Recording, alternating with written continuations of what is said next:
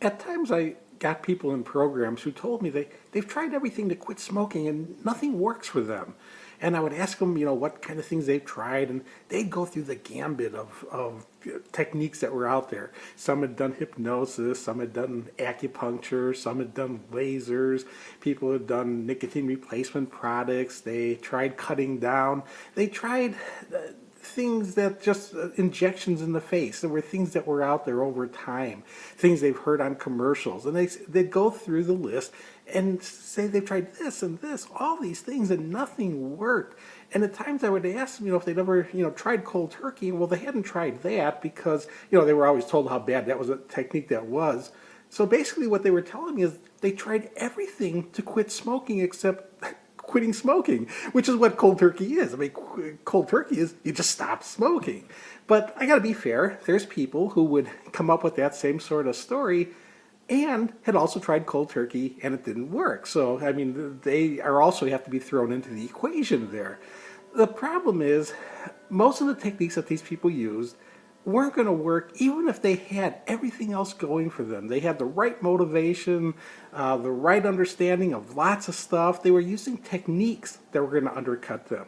But for even people going cold turkey, if they were doing cold turkey without any real understanding of addiction, there wasn't a high chance that it was going to work. Because in a way, quitting is a twofold process.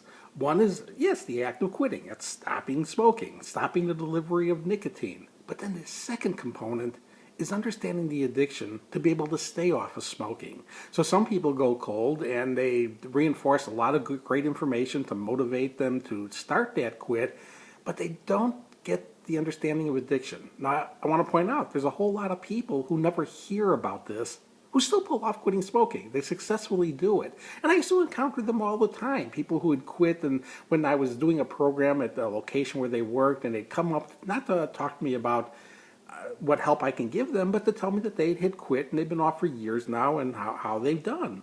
And they did it without any prior information. But one thing that I would often hear from these people is they just knew. They never heard it. They were never taught it, but they knew. If they took a puff, they'd lose the quit. They understood that. They internally recognized that. So even without, in a sense, being formally educated about addiction, they understood that concept. But this is the point that I want to make for people who are thinking they've tried over and over and they could not sustain a quit. They couldn't sustain a quit because they didn't understand what they were fighting. They were fighting a puff. This is a drug addiction. You administer the drug, it's going to take you down. If you don't administer the drug, you got a 100% guarantee. You do. If you do not take a puff on a cigarette, and in this day and age, if you don't administer nicotine via any source, there's no way you're going back to using. But it's totally contingent on understanding that premise of what you're fighting.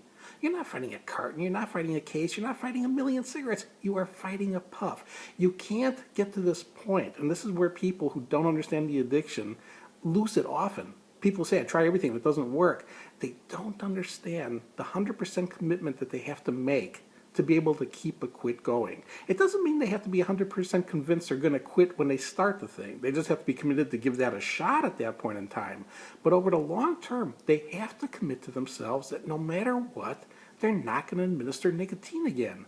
If they don't understand that premise, again, it gets to a point where they feel like they're off for so long. They feel so good. They like not smoking so much. They look back at smoking with disdain. They look at people smoking and think, how could you be doing this? That smells terrible. That's killing you. Look how expensive this stuff is.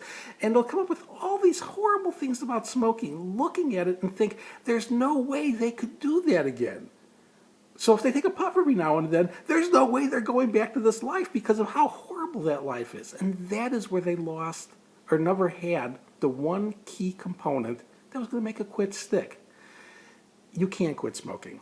If you tried 100 times in the past and you failed every single time, you failed the same way every single time. You took a puff on a cigarette. If you do one thing different this time, one thing, and that one thing is just not delivering nicotine again, you can keep this quit going. So don't work with the basis from your past experiences that it's impossible for you to quit. It was impossible for you to quit the way you were doing it each time.